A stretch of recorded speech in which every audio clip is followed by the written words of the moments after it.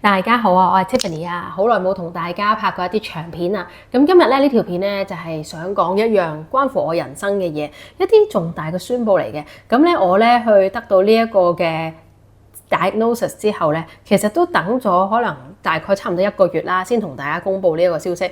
因為我自己咧都需要一啲即係整理啊，內心需要啲消化，未咁 ready 咧去同大家公布呢個消息喎。咁所以咧我就即係消化咗一陣啦，先至決定去拍呢條片。但係我覺得咧呢樣嘢係好影響好多人咧，亦都係好影響我自己嘅。咁所以好想公開同大家喺呢個平台上面去分享喎。我而家咧寫緊一本 ADHD 嘅書啦，去記錄翻我 ADHD 嘅心路歷程啦，同埋有啲咩 life hack 可以幫助我咧提升我嘅 productivity， 去達至我人生嘅目標啦。咁如果你都有興趣咧，去對我將來嘅推出嘅任何課程啦、書啦、作品有興趣嘅話咧，記住要訂閱晒我所有嘅 social media， 因為我咧不定時咧會同大家公布我最新嘅作品啦。咁仲要訂閱埋我嘅 newsletter、email newsletter 咧，喺下邊咧嗰個 description box 嗰度揾到噶啦。如果你真係揾唔到咧，喺 comment 度問啦，我哋會回覆你噶啦。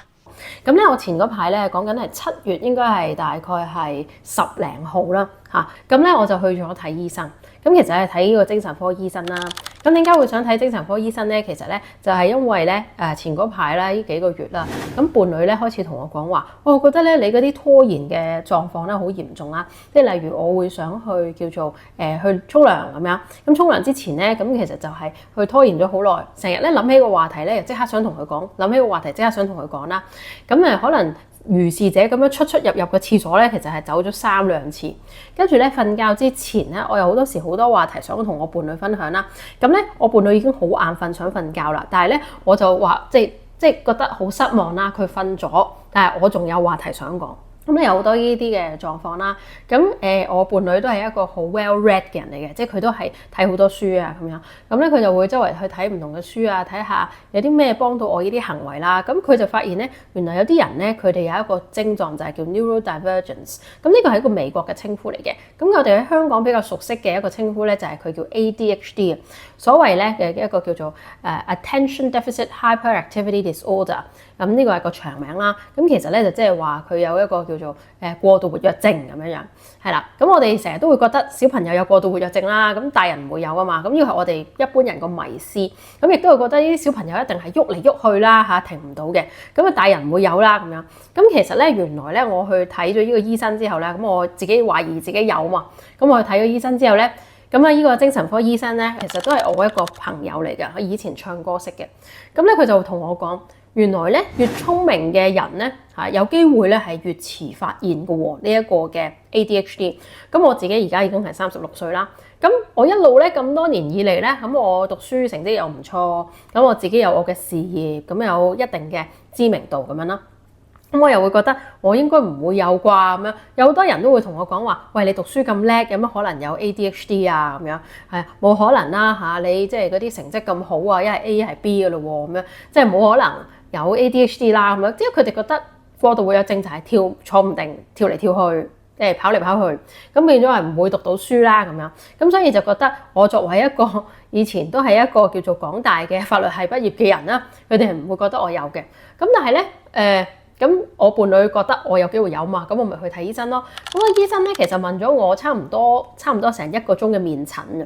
咁喺個過程之中咧，佢亦都有篩選去問其他嘅問題，唔係淨係針對我話有機會懷疑自己 ADHD 嘅時候，就淨係問我 ADHD 嘢。咁佢又會問我一啲叫做關於我嘅其他嘢啦嚇，夜晚興奮到瞓唔到啊，例如佢會問我一啲 depression 嘅嘢啊、bipolar 嘅嘢啊，睇下我會唔會係一啲生活裏邊新近嘅 event 去 trigger 到我有一啲精神嘅疾病，而並不是我生出嚟就有，因為 ADHD 咧係一定要小朋友嘅時候就有。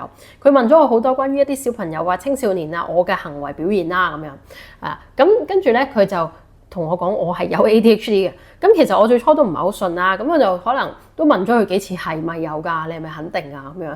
咁跟住咧佢就好肯定。所以咧，我到最後就發現，即係精神科醫生係診斷我有 ADHD 嘅。頭先我講咗點解我要做去 diagnosis 啦，咁亦都有講咗有啲咩令我反思，我可能有機會有 ADHD 啦。我嚟緊咧係想講下 ADHD 其實喺我身上，我會發現自己係一個點樣嘅人喎。首先咧，我係一個非常之怕悶嘅人嚟嘅。點樣怕悶法咧？啲人就話：哇，你嗰啲咩 A level 啊、C 啊，啲成績都幾好喎。咁你應該係讀書要坐定定啦咁樣。其實我就唔係嘅。第一，我係一定係唔可以喺屋企溫書啦。即係我喺屋企溫書咧，我就會好容易俾嗰啲電視去分咗心啊，或者屋企有好多書啊、好多琴啊咁樣，會分咗心嘅。所以咧，其實我係好難可以喺屋企做嘢㗎啦。咁我通常要出街做嘢。我出街做嘢咧，例如我而家好似喺 library 咁樣，喺 clubhouse 咁樣啦。咁我要點樣做咧？我都唔可以話好似其他人咁樣，哇，好坐定定喺度，哇，1個鐘咁樣做一份 past paper。其實對我嚟講咧，唔係咁易嘅。咁除非有一啲嘅卷我係好有興趣啦嚇，例如英文、中文嗰啲，咁我好有興趣嘅，咁我可以一次過做完啦。但係我一次過做完得嚟咧，就算你當俾一個 IELTS 嘅考試我啦，其實我都要聽住少少音樂去做，我好難係完全好靜咁去做。我對於靜咧係好害怕嘅。咁咧，我如果做一份past paper 嘅卷咧，你知有可能有45條 MC 咁樣噶嘛。咁我以前咧成日都會做一個狀況咧，做一樣嘢啦，就係可能做5條 MC 我就要轉一轉科，做5條 MC 我又轉一轉科，甚至咧我而家咧係有保險牌考咗去做保險嘅。咁我考嗰啲保險試嘅時候咧都係嘅，可能我咧做咗5題我要唞一唞，做咗5題我要唞一唞咁樣，要轉下嘅。如果我唔咁樣轉下咧，或者我即刻去即係叫做做完一題即刻睇答案咧，我就會好容易唔記得啦。呢個咧就係我個狀況啦。我係有一種好似有啲文章就話叫 attention dysregulation， 即係話咧我個集中力並不是冇喎。如果我集中係比其他人更加集中，但係我去 trigger 到我集中嘅機制係有少少唔同。咁可能一啲 task 咧、一啲任務咧，一定要將佢整到好有趣。即係例如舉個例啦，你叫我去整一條 YouTube 片嘅，你唔可以一嚟就叫我日日喺度剪片，日日喺度剪片啦，好悶嘅，做個動作好重複性，又唔俾我講嘢嘅，就係坐喺度撳下嚟嚟去去都係嗰啲掣啦，咁唔得嘅，我一定要有一啲好工作裏邊好大 part 嘅部分咧，係俾我去 brainstorm 下，有啲咩新片可以拍啊，新片可以同大家講啦。咁我一定需要有一啲嘅創意嘅元素喺我工作度啦，咁我先會做得心應手嘅。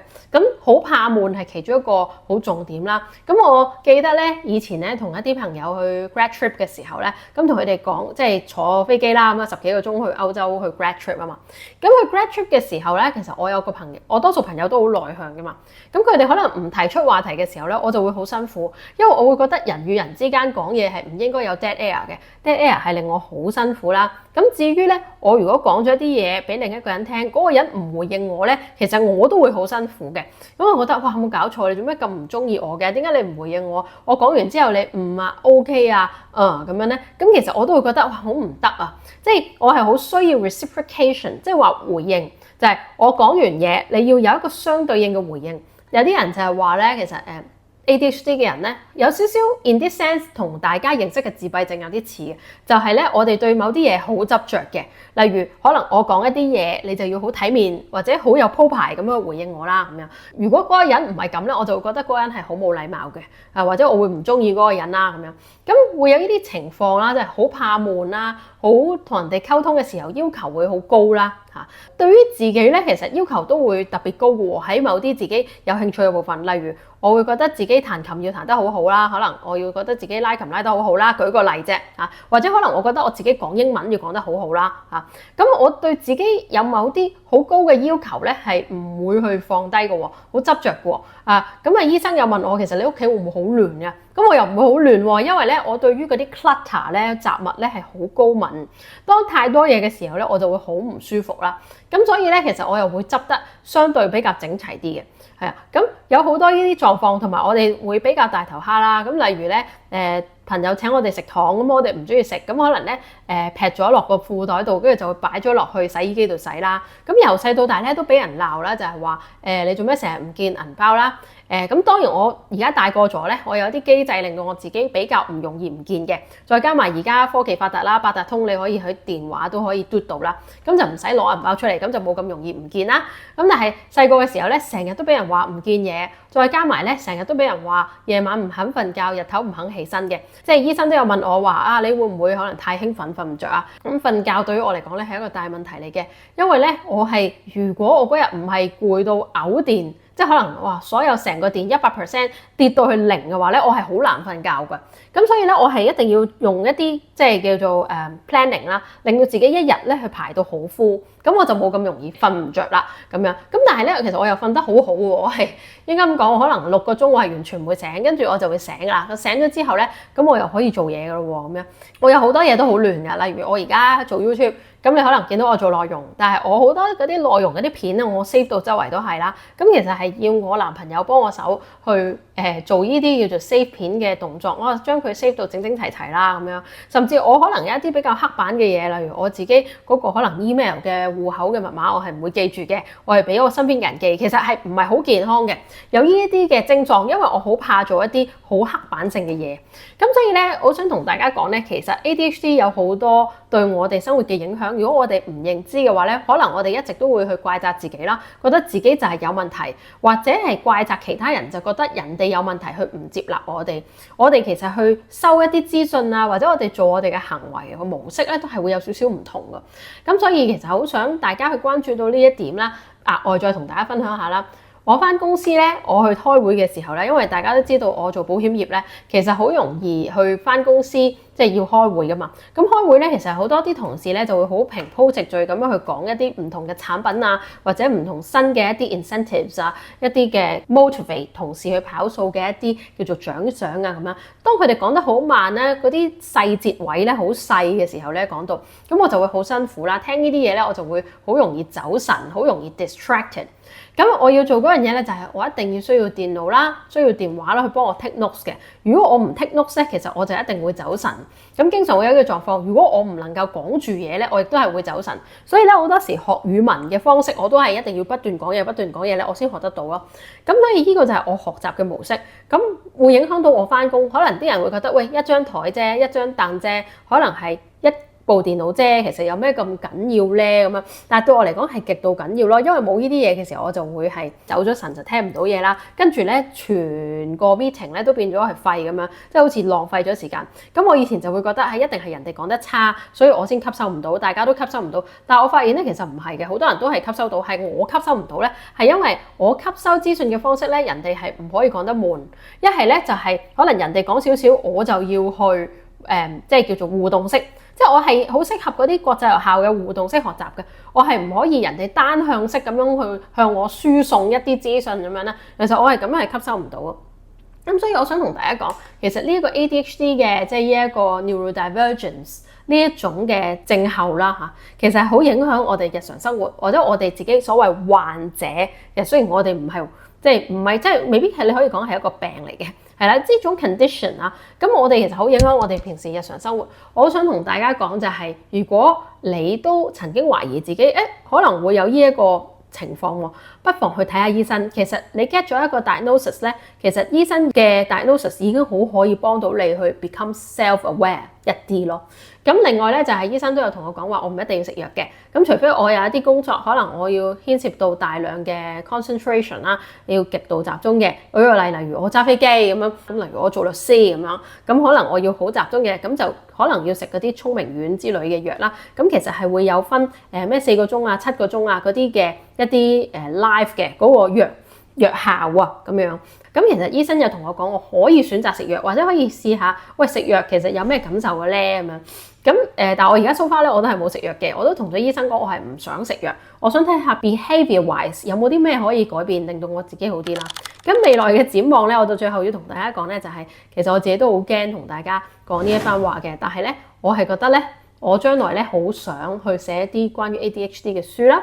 咁因為咧，我覺得喺香港咧呢一種嘅症狀咧，大家咧都唔係非常之關注嚇。咁可能就會覺得我哋係有啲怪啊，或者可能Tiffany 個人好多興趣啊，因為又中意彈琴啊，又中意拉琴啊，喂又中意而家又研究跳舞啊，又中意廚藝啊，咁多嘢玩嘅，佢又教英文又做保險咁樣，即係佢哋會覺得我哋好似百足咁多爪。咁可能社會上對於我哋呢一種人嘅理解都唔深，咁我係想咧去寫啲書，一啲可能ADHD 嘅 survival guide 啊，分享我嘅心路歷程啦，希望可以幫到大家去接納自己，接納我哋呢啲所謂少數嘅人，其實喺我哋社會上都好多人有 ADHD 嘅。咁同樣如果你係同我一樣有呢啲 neurodivergent 嘅傾向嘅，可能你係自閉症或者你係 ADHD，咁我都想你知道其實你嘅人生咧係你可以掌控，同埋咧你想有任何嘅成就，你都可以去追咯。即係我做呢一個嘅 video 係想鼓勵大家啦。咁我去同大家講話我想寫書嘅時候咧，我都好驚嘅，因為我係一個好三分鐘熱度嘅人，我好難去完成一個 project， 好容易會陷入咗開始咗虎頭就蛇尾嘅狀況。但係我都好想去勇於去宣告同大家講呢一個 project 咧，係因為我覺得呢個 project 好有意義。我覺得我只要想做，我一定會揾到辦法去完成嘅。咁所以咧，呢條片係送俾大家啦。如果你有朋友家人係有呢一個 ADHD， 或者你自己係懷疑自己有，唔好猶豫啊，即刻去揾專業人士去幫手睇下做一個診斷，了解多啲自己，點都係好事嚟嘅。我哋下次再見啦。如果你哋想知道醫生嘅資料，喺下邊留言話俾我知。